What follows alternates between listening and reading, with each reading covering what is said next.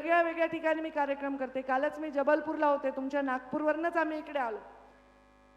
आणि मी विचार करते की सामान्यांचा, वंचितांचा वाली आणि वाणी बनण्याचा प्रेरणा अशा सगळ्या गोष्टीतून मुंडे साहेबांना मिळाली असेल. त्यांना खूप करायचं होतं.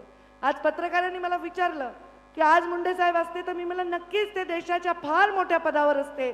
आज ते देशाच्या तिथे त्यांच्या सहकाऱ्यांबरोबर आपल्याला रोज दिसले असते, पण ते नाही. तुम्ही त्यांना कुठे शोधता मला माहित नाही, पण मी तुमच्यात त्यांना शोधते, तुमचे आशीर्वाद त्यांना शोधते. मला भीती वाटते एका कार्यक्रमाची, ज्या कार्यक्रमाला गर्दीच नसेल. मी जेव्हा इथे सुरुवातीला येते ना, डोकमाराच भीती वाटते, कारण अर्धच असतो सभागृह, लोक सगळे इकडे तिकडे पसरलेले असतात. पण तुमची सुंदर वाणी जेव्हा ऐकायला येते, सगळे धडाधड धडाधड येऊन बसतात. हे पुण्य असतं, एका लेकीच्या हाता वाटायला आलं. आज आपल्या वडिलांच्या मृत्यूनंतर प्रत्येकजण आपल्या वडिलाची शेतात छोटीशी समाधी बांधतो, घराला नाव देतो, कीर्तन करतो, भजन करतो. आज 11 वर्ष झाले गावोगावात मुंडे साहेबांची जयंती पुण्यतिथी साजरी होते. हे माझं भाग्य आहे, आमच्या परिवाराचं भाग्य आहे. आमच्या परिवाराच्या वतीने मी तुम्हा सर्वांचं स्वागत करते.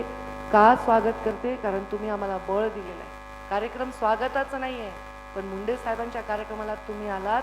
तुम्ही जिथे ते असतील त्यांना किती आनंद वाटेल की हे माझे सहकारी होते, हे मला अजूनही आठवण करतात, हे अजूनही माझ्या कार्यक्रमाला जातात.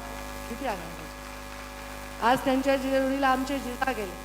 मी जिजांचा फोटो गोपीनाथ गडावर लावला आणि त्यांना मी सुतक देखील पाळलं. मला ब्राह्मणांनी कानात सांगितलं, जिजांसाठी एखादा पदार्थ सोडा बरं का ताई, तुम्ही लेख म्हणून इथे 3 दिवस थांबून राहिले. हे ऋणानुबंध आहे ना, जात आहे ना, धर्म आहे ना, वय आहे ना, काही आहे, इतके ऋणानुबंध आहे. असे अनेक ऋणानुबंध आम्ही जोडलेले आहेत. पण महाराज म्हणले तसे, जया अंगी मोठेपण तया यातना कठीण, पण कठीण यातनेतूनच मोठं होता येत असतं. ज्याला यातना नाही. रावणाला कुठे वनवास झाला, कुठे कौरवांना वनवास झाला, पांडवांना, चांगल्या माणसालाच त्रास होत असतो. आम्ही यातना भोगायलाही तयार आहोत जर तुम्ही आमच्या सोबत आहात.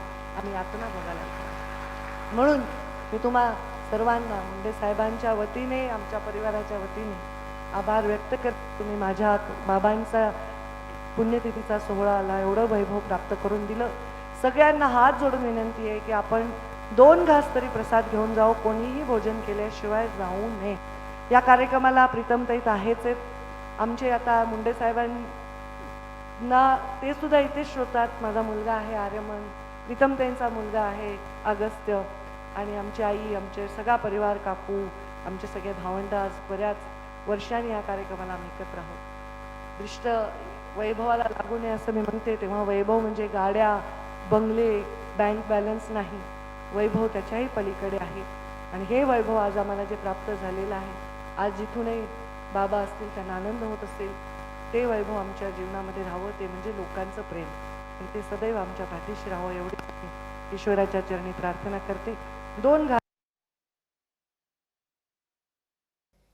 गोपीनाथ मुंडेंच्या पुण्यतिथीनिमित्त कार्यक्रमाचं आयोजन पंकजा मुंडे आणि धनंजय मुंडे या कार्यक्रमासाठी एकत्र आलेले पाहायला मिळत आहेत. विराम देते. धन्यवाद.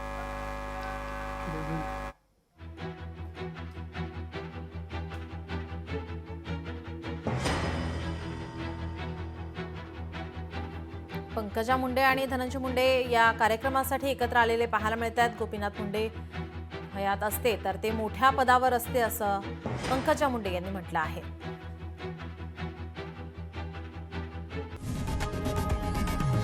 लोकशाही मराठी ऐका, पहा, जागरूक रहा.